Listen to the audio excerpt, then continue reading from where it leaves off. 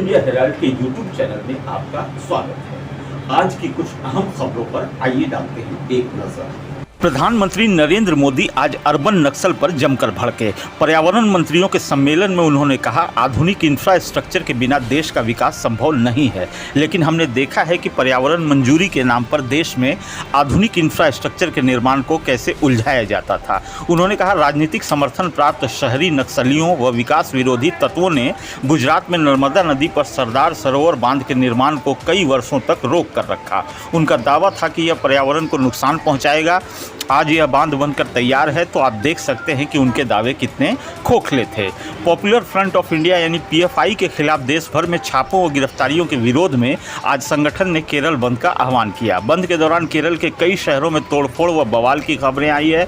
कोल्लम में पुलिस पर हमला किया गया है। कन्नूर के मट्टनूर में आरएसएस के कार्यालय पर पेट्रोल बम फेंकने की खबर मिली। वहीं तमिलनाडु के कोयम्बटूर में भाजपा कार्यालय में तोड़फोड़ की गई। बिहार में जदयू भाजपा गठबंधन टूटने के बाद केंद्रीय गृह मंत्री अमित शाह आज पहली बार बिहार पहुंचे। पूर्णिया में एक रैली को संबोधित करते हुए उन्होंने राजद और जदयू पर जमकर हमला बोला। उन्होंने कहा, मेरे यहां आने से लालू और नीतीश कुमार के पेट में दर्द हो रहा है। उन्होंने कहा, भाजपा को धोखा देकर नीतीश कुमार ने जो स्वार्थ और सत्ता की राजनीति शुरू की है, इसका जवाब उन्हें जनता देगी।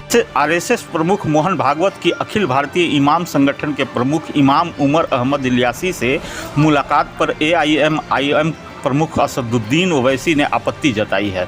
ओवैसी ने कहा, आरएसएस की विचारधारा पूरी दुनिया जानती है और आप जाकर उनसे मिलते हैं। ये जो मुस्लिम समुदाय में कथित पढ़ा लिखा तबका है, जो वो करेंगे वह सच है, और हम जो अपनी लड़ाई राजनीतिक हक के लिए और मौलिक अधिकार के लिए लड़ते हैं तो हम बुरे हो जाते हैं। छल बल और लालच अथवा धमका कर कराए जाने वाले धर्मांतरण को रोकने के लिए कठोर कानून बनाने की मांग की गई है। इसे लेकर सुप्रीम कोर्ट में वकील अश्वनी उपाध्याय ने याचिका दायर की है। याचिका पर शीर्ष कोर्ट ने केंद्र सरकार, गृह मंत्रालय और कानून व न्याय मंत्रालय को नोटिस जारी कर 14 नवंबर तक जवाब मांगा है।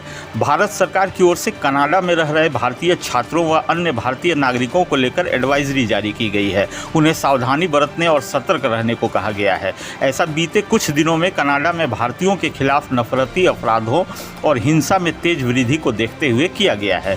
विदेश मंत्रालय की ओर से कहा गया है कि भारतीय उच्चायोग ने कनाडा सरकार से इस संबंध में बातचीत की है और उचित कार्रवाई की मांग की है। दिल्ली एनसीआर के कई इलाकों में गुरुवार रात हुई भारी बारिश के बाद शुक्रवार को जल जमाव की समस्या से लोगों को परेशान होना पड़ा। दिल्ली में शुक्रवार को येलो अलर्ट रहा, जबकि साइबर सिटी गुरुग्राम में सभी कॉरपोरेट और निजी संस्थानों से कर्मचारियों को घर से काम कराने की सलाह दी गई। रात भर हुई बारिश ने दिल्ली एनसीआर की सड़कों की हालत खराब कर दी।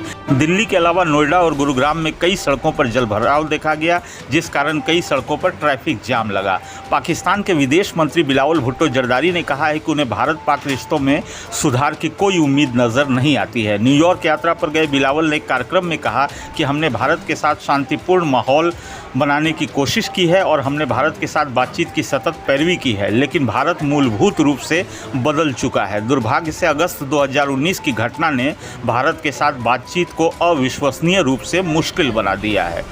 हथियारों के दम पर यूक्रेन को कब्जाने की तमाम कोशिशों में नाकामयाब होने के बाद अब रूस नया पैंतरा आजमाने जा रहा है। रूस ने यूक्रेन के कब्जा किए गए क्षेत्रों में जनमत संग्रह शुरू किया है। रूसी अधिकारियों के मुताबिक इस जनमत संग्रह से यह निर्धारित होगा कि ये क्षेत्र रूस का अभिन्न हिस्सा बनना चाहते हैं या नहीं। रूस के इस कदम को यूक्रेन पर कब्जे की ओर बढ़ाए गए एक कदम के तौर पर देखा जा रहा है।